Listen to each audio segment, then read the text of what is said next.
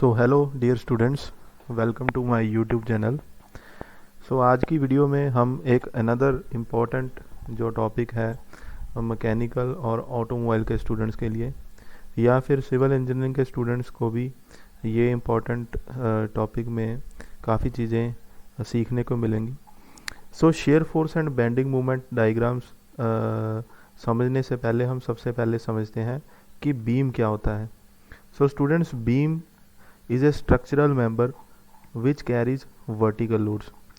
सो एक ऐसा मेंबर जो वर्टिकल लोड्स को बियर करता है उसको हम क्या कहते हैं, beam. So in relation to automobiles, जैसे काफ़ी स्टूडेंट्स को ये कन्फ्यूजन होती है कि beam is related to civil engineering only. Civil engineering के स्टूडेंट्स को तो बीम की इम्पोर्टेंस पता ही है, but in relation to automobile students की हम ऑटोमोबाइल में ये बीम का जो कंसेप्ट है ये क्यों पढ़ते हैं उसके बारे में मैं थोड़ी सी इन्फॉर्मेशन देना चाहूँगा। जैसे कि हम चेसिस एंड फ्रेम जो है ऑटोमोबाइल में डिज़ाइन करते हैं। सो चेसी या फिर फ्रेम जो होता है ऑटोमोबाइल का वो एक्ट करता है as a series of beams. So ये जो सीरीज़ ऑफ बीम्स हमने बनाया है, it must withstand various loads. वो कौन कौन से लोड को विदस्टैंड करना ज़रूरी है, जैसे कि पैसेंजर्स का अपना वेट, कार्गो जो हम कैरी करते हैं उसका वेट, इंजन का अपना वेट, डायनेमिक लोड, या फिर जो हम रोड पर चलते हैं, ये सारे जो वेट हैं ये उस स्ट्रक्चर को कैरी करने ज़रूरी हैं। So shear forces and bending movements जो होती हैं वो काफ़ी की फैक्टर या इम्पोर्टेंट फैक्टर है while designing this type of structures to ensure कि ये सारी चीज़ें, ये सारे लोड्स को वो एक स्ट्रक्चर जो है वो बियर कर सके, वो हैंडल कर सके बिना किसी डिफॉर्मेशन के या बिना किसी फेलियर के। एक और एग्जांपल की बात करते हैं हम, जैसे एक्सल एंड ड्राइव शाफ्ट्स। ये कंपोनेंट्स क्या करते हैं, ये ट्रांसमिट करते हैं torque from the engine to the wheels. And इनमें क्या चीज़ ज़रूरी होनी चाहिए कि ये shear force and bending movements को सिग्निफिकेंटली अच्छी तरीके से हैंडल कर पाएँ, स्पेशली हाई परफॉर्मेंस या हैवी ड्यूटी व्हीकल्स में। ये जो डिज़ाइन होता है इन कंपोनेंट्स का, ये इनमें क्या चीज़ ध्यान में रखी जाती है कि ये फोर्सेस जो हैं ये मैकेनिकल फेलियर का कारण ना बन जाए, या फिर सेफ्टी ड्यूरिंग एक्सीडेंट्स।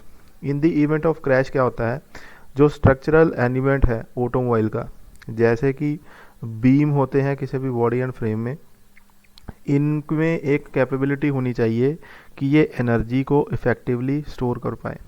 सो इसीलिए आपने देखा होगा आजकल ऑटोमोबाइल्स में जो चैसी के फ्रेम है, किस स्ट्रक्चर पर जो गाड़ी खड़ी है उस स्ट्रक्चर की काफ़ी मतलब इम्पोर्टेंस आजकल मार्केट में हमें देखने को या सुनने को मिलती है। सो ये इन सारे फैक्टर्स के कारण ना ही सिर्फ सिविल इंजीनियरिंग में, ऑटोमोबाइल और मैकेनिकल इंजीनियरिंग में भी बीम का काफ़ी इम्पोर्टेंस है। सो उसके बाद हम डिस्कस करेंगे types of beams. So students, हमारे पास बेसिकली 5 तरह के बीम्स होते हैं। जो डिप्लोमा इंजीनियरिंग के स्टूडेंट्स हैं उनके लिए काफ़ी इम्पोर्टेंट टॉपिक है, क्योंकि एग्ज़ाम में काफ़ी बार ये टॉपिक आया हुआ है कि टाइप्स ऑफ बीम्स कौन कौन से हैं और उनको एक्सप्लेन कीजिए। सो हमारे पास 5 तरह के बीम्स होते हैं। सबसे पहली जो हमारे पास कैटेगरी है that is simply supported beam. So simply supported beam होता क्या है, सिंपली स्पोर्टेड बीम वो बीम है जो फ्रीली 2 एंड्स पे रेस्ट करता है। ये जो 2 एंड्स आप देख रहे हैं, एक ये वाला एंड हो गया और एक ये वाला एंड हो गया, इन दोनों एंड्स पे ये बीम फ्रीली क्या कर रहा है, रेस्ट कर रहा है। और इसके ऊपर हम क्या करते हैं, कोई भी लोड जो है वो रखते हैं अपनी ज़रूरत के हिसाब से। सो नेक्स्ट जो कैटेगरी आती है हमारे पास that is cantilever beam. Beam वो बीम होता है जो एक साइड से फिक्स्ड हो, जैसे कि हम यहाँ पर देख पा रहे हैं, इसको एक साइड से फिक्स दिखाया गया है और दूसरी साइड से वो बीम जो होता है वो फ्री होता है। सो इस तरह के जो बीम है इसकी कुछ एग्जांपल्स के बारे में बात करते हैं। जैसे कि जो स्विमर्स होते हैं स्विमिंग पूल के पास जो एक पर्टिकुलर हाइट से जंप करते हैं, वो हाइट के पास एक डाइविंग बोर्ड लगा होता है। सो वो एक क्लासिक एग्जांपल होगा कैंटिलीवर बीम का। या फिर जो बालकोनीज हम अपने घरों में देखते हैं या बिल्डिंग्स में देखते हैं, वो बालकोनीज भी क्या है, एक कैंटिलीवर बीम की एग्जांपल है, क्योंकि वो बालकोनीज दीवार के साथ, वॉल के साथ फिक्स्ड हैं, और दूसरी साइड जो फ्री साइड है उसके नीचे कोई भी सपोर्ट हमें देखने को नहीं मिलती। या फिर कुछ ब्रिज के सेक्शंस, या फिर हमारे घरों में जो शेल्फ ब्रैकेट्स हम देखते हैं, वो एक साइड से फिक्स होती हैं और दूसरे एंड से वो क्या होती हैं, फ्री होती हैं। सो ये कुछ एग्जांपल्स हैं कैंटिलीवर बीम की। उसके बाद अगली एग्जांपल जो आती है that is fixed beam, a beam which is fixed from both it's ends.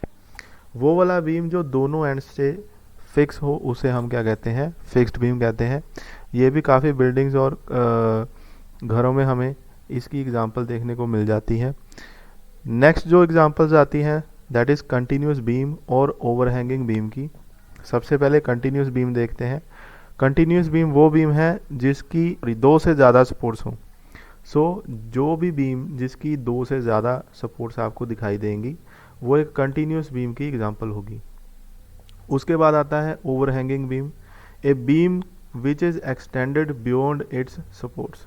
जो सपोर्ट्स हैं बीम की, अगर वो बीम की लेंथ उन सपोर्ट्स से भी आगे निकल जाए तो उसे हम क्या कहेंगे, ओवरहैंगिंग बीम कहेंगे। सो ये काफ़ी इंपॉर्टेंट क्वेश्चन है, काफ़ी बार एग्जाम्स में रिपीट हुआ है। टाइप्स ऑफ बीम्स को एक्सप्लेन करें।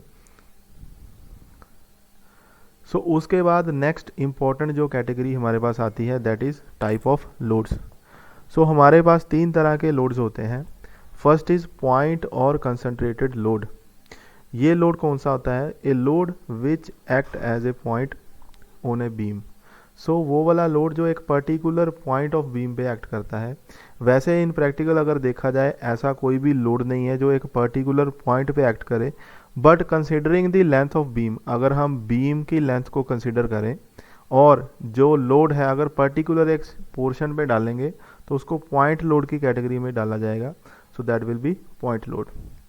सेकेंड जो कैटेगरी हमारे पास आती है students that is uniformly distributed load, A load which is spreaded uniformly over the entire और सम लेंथ ऑफ बीम।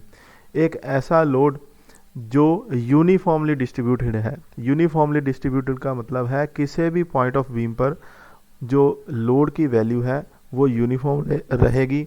ऐसा नहीं है कि एक पॉइंट पे कुछ लोड डल रहा है और दूसरे पॉइंट पे लोड की जो वैल्यू है उसका मैग्नीट्यूड है वो इंक्रीज या फिर डिक्रीज हो रहा है। नेक्स्ट हमारे पास कैटेगरी स्टूडेंट्स आती है यूनिफॉर्मली वेरिंग लोड की। सो यूनिफॉर्मली वेरिंग लोड क्या है, a load placed on beam in such a way that it's value varies from one point two another. एक ऐसा लोड जो बीम के ऊपर डल रहा है बट उसकी जो मैग्नीट्यूड है, उसकी जो वैल्यू है, एक पॉइंट पे कुछ और है और दूसरे पॉइंट पे कुछ और है। वो इंक्रीज भी हो सकती है, डिक्रीज भी हो सकती है।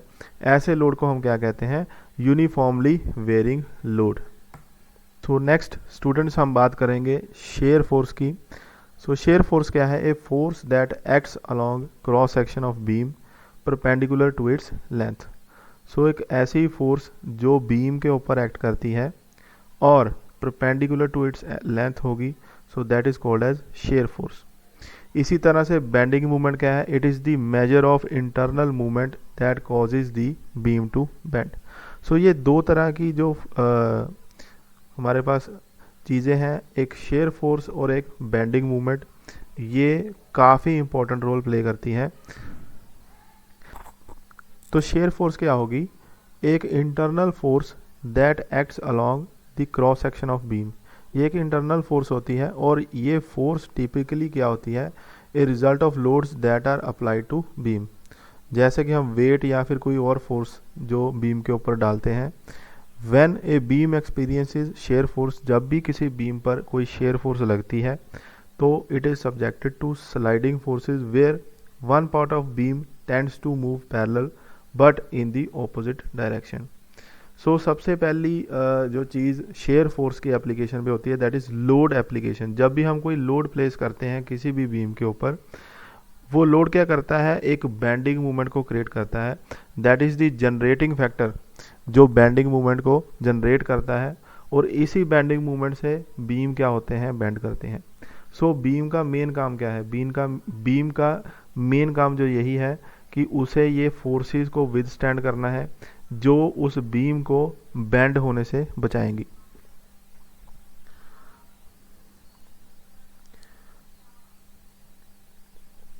कुछ स्टूडेंट्स के मन में ये भी बातें आती हैं कि शेयर फोर्स और बेंडिंग मोमेंट डायग्राम्स हम बनाते क्यों हैं। नीचे कुछ रीजंस मैंने मेंशन किए हुए हैं, जैसे कि सबसे पहला जो रीज़न है that is design and safety.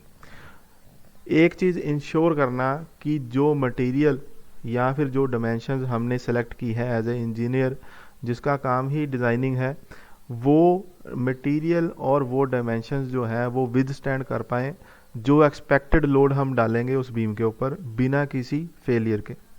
इसी तरह से मटेरियल की ऑप्टिमाइजेशन, ये क्या हेल्प करते हैं, ये डायग्राम्स हेल्प करते हैं शेयर फोर्स और बेंडिंग मूवमेंट, कि हमने एक अप्रोप्रिएट मटेरियल यूज़ किया है एंड अप्रोप्रिएट साइज यूज़ किया है for a beam and other structural elements. उसके बाद थर्ड जो इम्पोर्टेंट फैक्टर है दैट इज़ लोड एनालिसिस। ये क्या हेल्प करता है in understanding how different loads affect the structure. Different load का मतलब क्या हुआ, कहीं पर हम पॉइंट लोड डालते हैं, कहीं पर हम यूनिफॉर्मली डिस्ट्रीब्यूटेड लोड डालते हैं, कहीं पर हम यूनिफॉर्मली वेरिंग लोड डालते हैं। यूनिफॉर्मली वेरिंग लोड की एक बहुत अच्छी एग्जांपल है जब हम एक ब्रिज से ब्रिज को क्रॉस करते हैं, कार एक पॉइंट से दूसरे पॉइंट पे मूव करती है, तो ये क्या है, एक वेरिंग लोड की एग्जांपल ही है। जब कार स्टार्टिंग पॉइंट पे है उसका वेट जो है ब्रिज के ऊपर ज़्यादा होगा, जब कार मूव करती हुई सेंटर पे जाएगी तो ब्रिज के सेंटर पर जो है वो लोड जो ज़्यादा हो जाएगा। इसी तरह से फोर्थ जो इम्पोर्टेंट फैक्टर है that is structural health monitoring.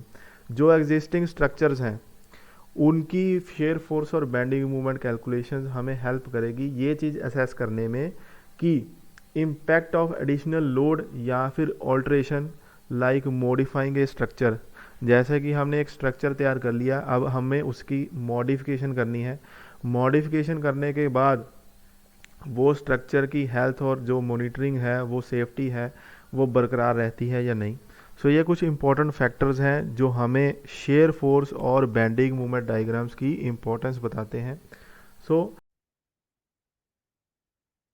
So students, हमारे पास इस तरह का एक क्वेश्चन है सिंपली सपोर्टेड बीम का।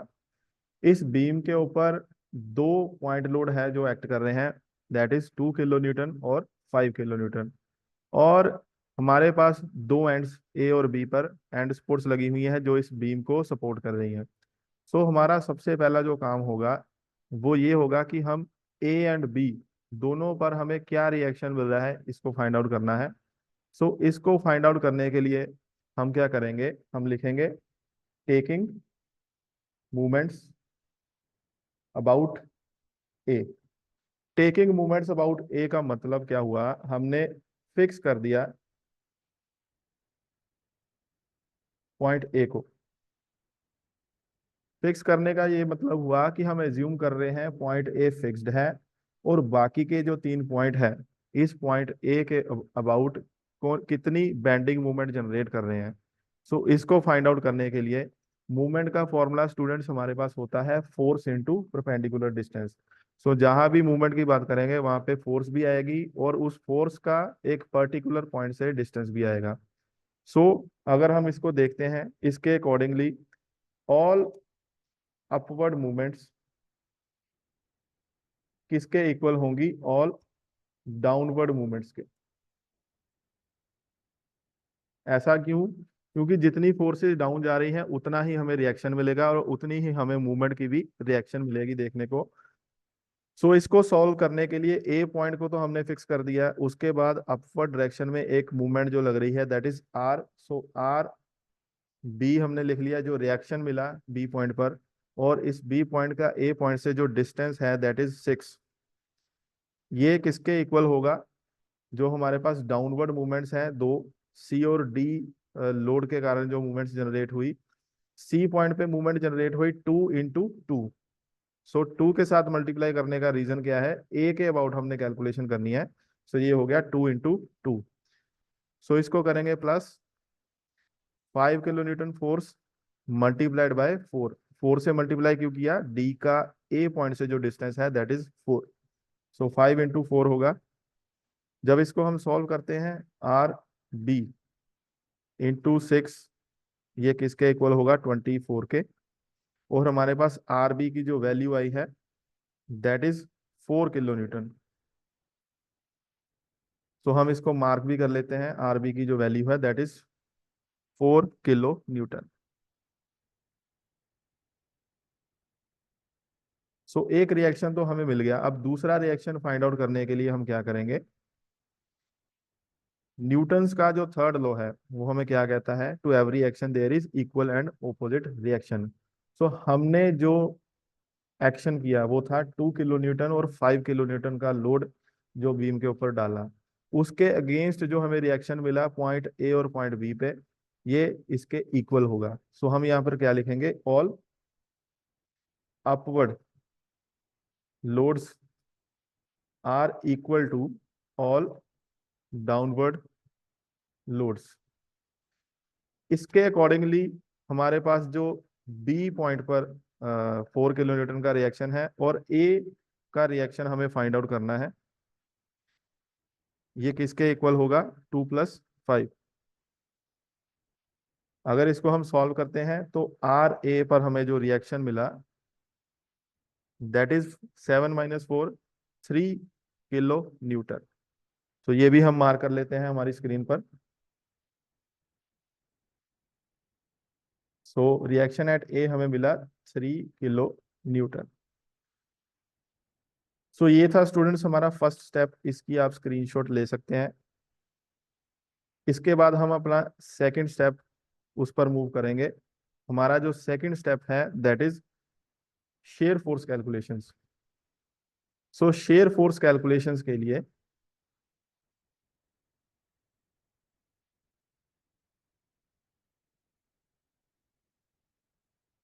हम सबसे पहले क्या देखेंगे, साइन कन्वेंशंस। सो ये साइन कन्वेंशंस बहुत इंपॉर्टेंट है। जो मैंने शॉर्ट ट्रिक सीखी है अपने टाइम पर दैट इज रन। ये शॉर्ट ट्रिक आपको एग्जाम में नहीं लिखनी, बट इसका मतलब क्या है, right hand side upward force is negative. So shear force calculation से पहले आप क्या लिखेंगे, right side upward force negative.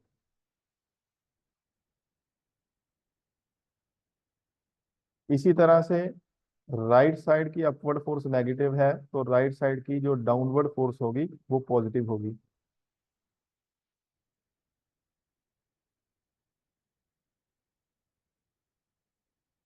अगर राइट साइड की डाउनवर्ड पॉजिटिव है, सिमिलरली लेफ्ट साइड पे हम इसका रिवर्स लिखेंगे।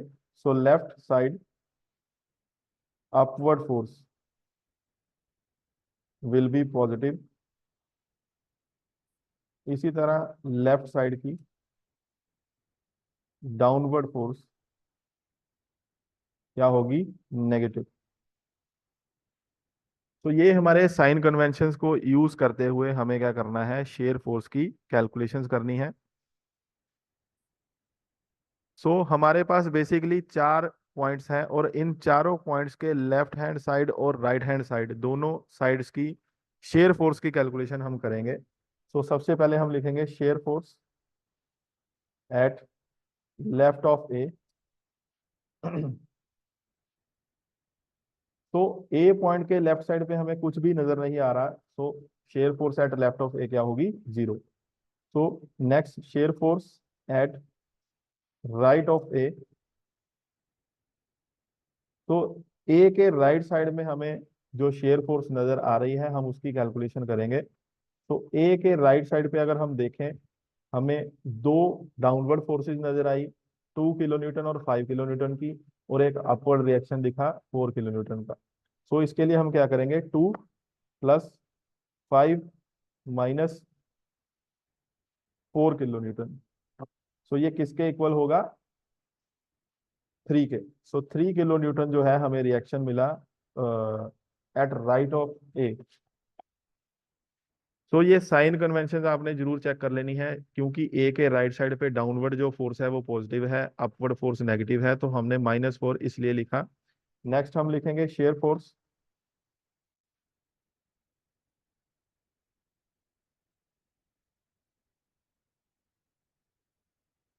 Shear force at left of C.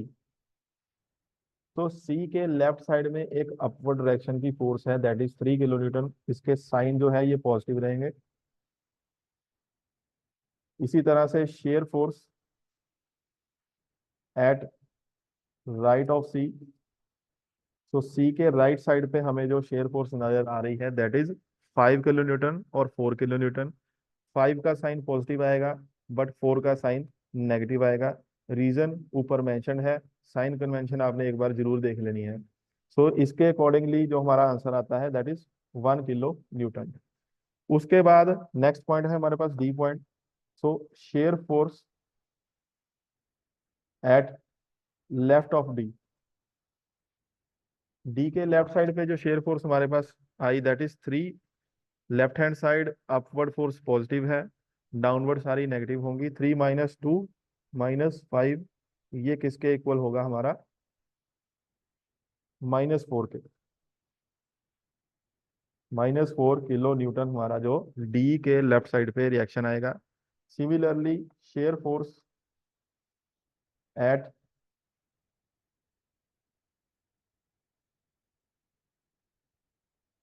Share force at right of D,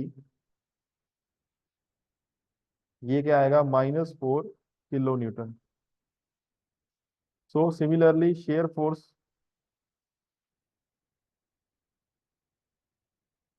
eight left of B,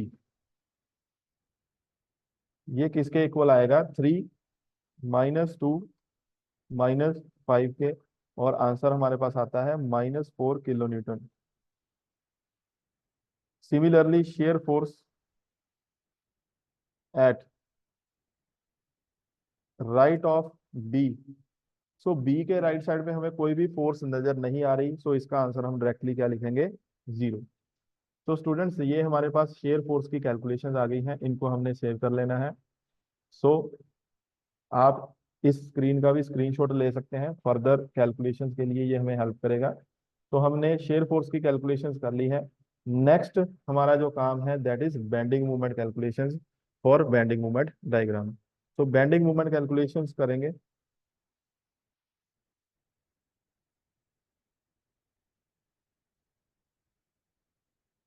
और इसकी भी हमें साइन कन्वेंशन जो है वो लिखनी पड़ेगी।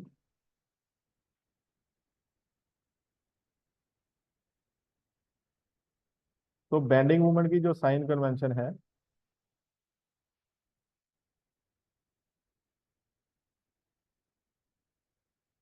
That is all upward movements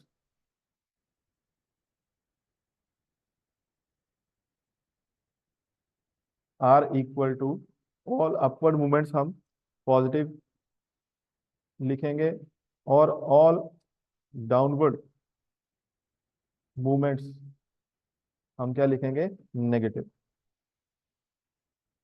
सो इन साइन कन्वेंशंस को फॉलो करते हुए हमने बेंडिंग मूवमेंट की कैलकुलेशंस करनी है। सो फर्दर प्रोसीड करते हैं बेंडिंग मूवमेंट की कैलकुलेशंस की तरफ। तो स्टूडेंट्स जैसे कि हमने शेयर फोर्स की कैलकुलेशन की, शेयर फोर्स एवरी पॉइंट के लेफ्ट साइड और राइट साइड में देखा जाता है, क्योंकि हमने ये देखना होता है कि उस पॉइंट के लेफ्ट साइड पे कितनी फोर्स डल रही है उस पॉइंट के राइट साइड पे। बट बेंडिंग मूवमेंट के केस में ऐसा नहीं होता। बेंडिंग मूवमेंट में हमें सिर्फ एक ही साइड की कैलकुलेशन जो है वो शो करनी होती है। ऐसा क्यों है? क्योंकि जितनी बेंडिंग मूवमेंट लेफ्ट साइड में आएगी उतनी ही बेंडिंग मूवमेंट राइट साइड पे आएगी उस पॉइंट के। वो कैसे, वो हम देखते हैं। तो हम सबसे पहले यहाँ कर क्या लिखेंगे? Bending movement at point A.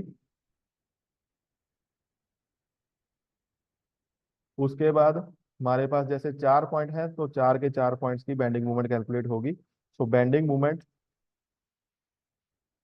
Eight point at point C. तो नेक्स्ट पॉइंट हमारे पास सी था। Bending movement at point D. Similarly bending movement at point B. तो ये हमारे पास 4 पॉइंट्स हैं, इनके लेफ्ट और राइट साइड की कैलकुलेशन हमने करनी है। तो जैसा कि हम देख रहे हैं जो ए पॉइंट है, ए पॉइंट के लेफ्ट साइड में तो कुछ भी नहीं है, बट राइट साइड में कुछ है, बट डायरेक्टली हमने क्या करना है, ए पॉइंट के ऊपर जो बेंडिंग मोमेंट है वो जीरो आएगी। सिमिलरली जो बी पॉइंट है हमारा, बी पॉइंट के राइट साइड की कैलकुलेशन अगर की जाए तो बिल्कुल आंसर हमारा जीरो आएगा। सो ये बात आपने हमेशा याद रखनी है, सिंपली सपोर्टेड बीम के केस में जो एंड सपोर्ट्स होती हैं उन पर बेंडिंग मोमेंट जो है वो हमेशा जीरो आती है। ये जीरो कैसे आई, इसको मैं आपको कैलकुलेट करके बता देता हूँ। अगर जैसे हम मैंने आपको बताया कि लेफ्ट साइड की कैलकुलेशन जो है वो जीरो है, अगर ए के राइट साइड की कैलकुलेशन करनी हो तो उसका मतलब क्या है, ए पॉइंट को हमने फिक्स कर दिया और बाकी तीन पॉइंट्स इस ए पॉइंट पर बेंडिंग मोमेंट का क्या इफेक्ट डाल रहे हैं वो देखेंगे। So keeping point a fixed, next जो पॉइंट है हमारे पास सी पॉइंट है, इसकी जो डायरेक्शन है वो डाउनवर्ड है, तो साइन क्या आएगा, -2। डिस्टेंस क्या है, 2 का। इसी तरह 5, इसका साइन भी माइनस आएगा। बेंडिंग मूवमेंट कैलकुलेशंस में जो आपने साइन कन्वेंशन है वो जरूर देखनी है। -5 × 4, -5 × 4 कैसे, ए पॉइंट से डी पॉइंट का डिस्टेंस क्या है, 4। सो +4 × 6, 4 × 6 क्यों, ये डायरेक्शन अपवर्ड है और ऑल अपवर्ड मूवमेंट्स क्या है, पॉजिटिव है। अगर हम इसको सॉल्व करते हैं हमारा आंसर जीरो ही आएगा। सो बेटर है कि हम इसको डायरेक्टली जीरो भी लिख सकते हैं।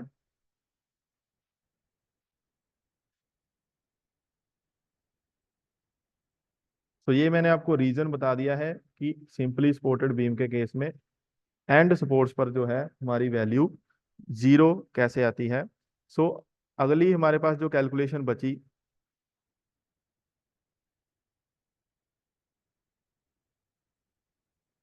तो नेक्स्ट हमारे पास जो कैलकुलेशन बची that is C point. C point के ऊपर हम कैलकुलेशन करेंगे अपनी सबसे पहले। So bending moment at C, C के लिए हमने या तो लेफ्ट साइड की कैलकुलेशन करनी है या तो राइट साइड की। सो हमने ये देखना है हमारी कैलकुलेशन वर्क जो है सबसे आसान किधर है। अगर हम लेफ्ट साइड की तरफ देखें तो हमें एक ही कैलकुलेशन लिखनी पड़ेगी। वो कैलकुलेशन क्या होगी, 3 × 2। अब बेंडिंग मोमेंट एट सी का मतलब सी पॉइंट को फिक्स किया, उसके लेफ्ट या फिर उसके राइट देखा कि कितनी बेंडिंग मोमेंट्स जनरेट हो रही हैं उस पॉइंट के अबाउट। सो 3 × 2 हमारे पास हो गया 6 kN/m। सो ये यूनिट्स का भी आपने बहुत ध्यान रखना है। Bending moment eight point D, D के राइट साइड कैलकुलेशन इजी लग रही है, सो हम क्या लिखेंगे, 4 × 2। हमारे पास इसका आंसर आया 8 kN/m। तो स्टूडेंट्स ये हमारे पास आ गई बेंडिंग मोमेंट की कैलकुलेशंस। सो इनकी हेल्प से अब हम क्या करेंगे, शेयर फोर्स और बेंडिंग मोमेंट डायग्राम जनरेट करेंगे। सो शेयर फोर्स डायग्राम सबसे पहले ड्रॉ होगा। शेयर फोर्स डायग्राम के लिए हम सबसे पहले क्या करेंगे, एक लाइन ड्रॉ करेंगे जिसकी लेंथ ऑलमोस्ट जो हमने डायग्राम बनाया हुआ है उसके बराबर होगी। तो ये हमारे पास क्या होगी, जीरो लाइन होगी शेयर फोर्स डायग्राम की।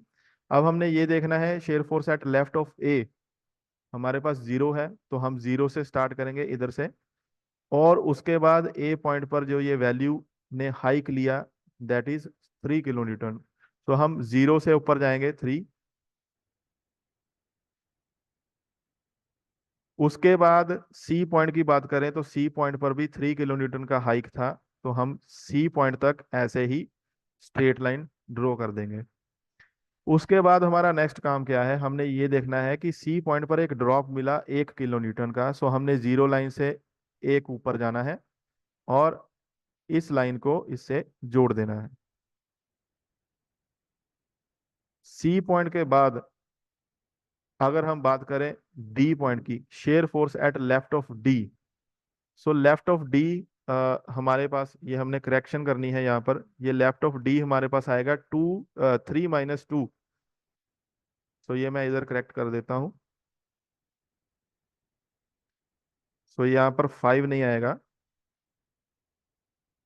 सो ये 3 - 2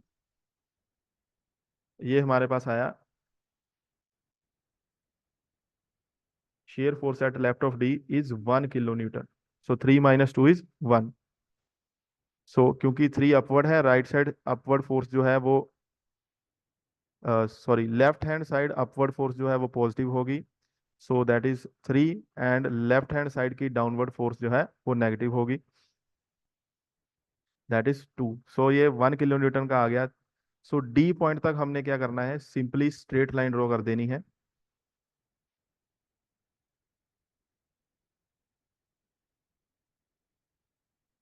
उसके बाद डी पॉइंट पे हमें ड्रॉप मिला -4 का, सो हमने -4 नीचे आना है।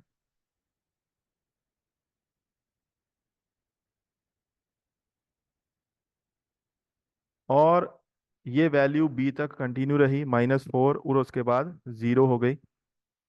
सो हमने इस लाइन को इस लाइन से जोड़ देना है। सो इस तरह से आपका शेयर फोर्स डायग्राम जो है वो बनेगा।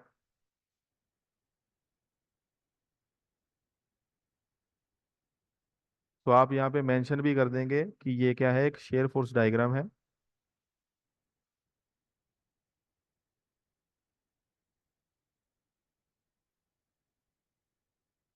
और ये जो पॉइंट्स है ए, सी और डी, इनको भी हमने मेंशन कर देना है। उसके बाद स्टूडेंट्स हमने क्या करना है, उसके बाद हमने बेंडिंग मूवमेंट डायग्राम बनाना है। बट उससे पहले ये जो लोड की वैल्यूज हैं ये भी हम मेंशन करेंगे,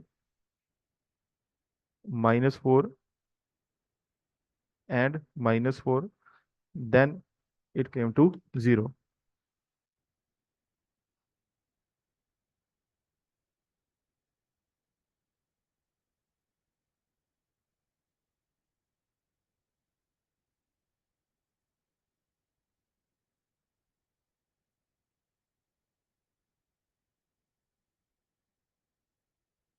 सो स्टूडेंट्स इसके बाद हम ड्रॉ करेंगे bending movement diagram. So bending movement diagram के लिए हमने क्या करना है, सिंपली नीचे एक लाइन ड्रॉ करनी है। लाइन ड्रॉ करने के लिए स्केल को यूज करेंगे हम।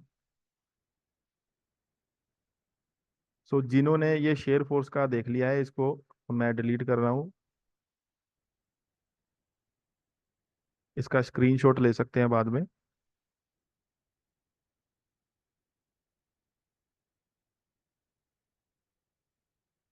तो बेंडिंग मूवमेंट डायग्राम के लिए भी हम क्या करेंगे, एक सिंपल लाइन ड्रॉ करेंगे जिसको हम जीरो लाइन कहते हैं। और ए और बी दोनों पर जो है वैल्यू 0 है, बट सी पॉइंट पर जो वैल्यू है दैट इज 6।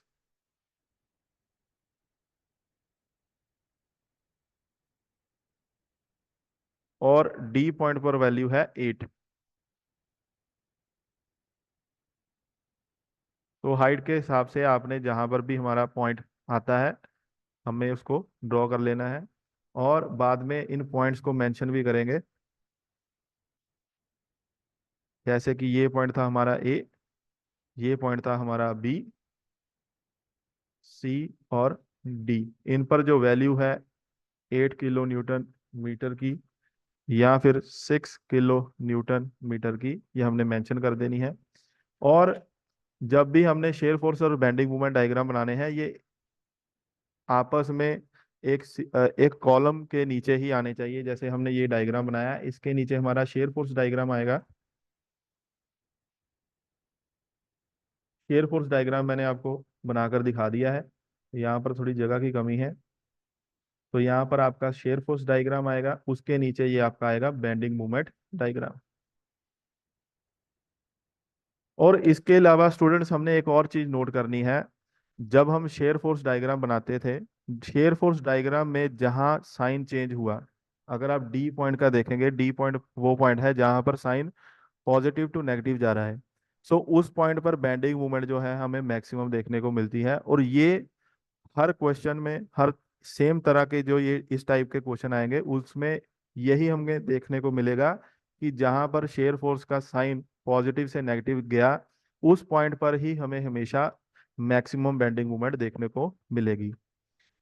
सो स्टूडेंट्स, ये था आपका आज का टॉपिक जिसमें हमने सिंपली सपोर्टेड बीम के न्यूमेरिकल्स किए, और उससे पहले हमने शेयर फोर्स और बेंडिंग मूवमेंट के रिलेटेड कुछ बेसिक्स जो है वो समझने की कोशिश की। हमारे नेक्स्ट लेक्चर में हम क्या डिस्कस करेंगे, shear force bending movement diagram simply supported beam के केस में, जिसमें पॉइंट लोड और यूडीएल यूनिफॉर्मली डिस्ट्रीब्यूटेड लोड दोनों की common examples, mixture type of problems हम सॉल्व करने की कोशिश करेंगे। सो आज के लिए इतना ही। अगर किसी को डाउट हुआ वो मुझे मैसेज करके अपना डाउट जो है वो पूछ सकता है। So good bye, take care, thank you.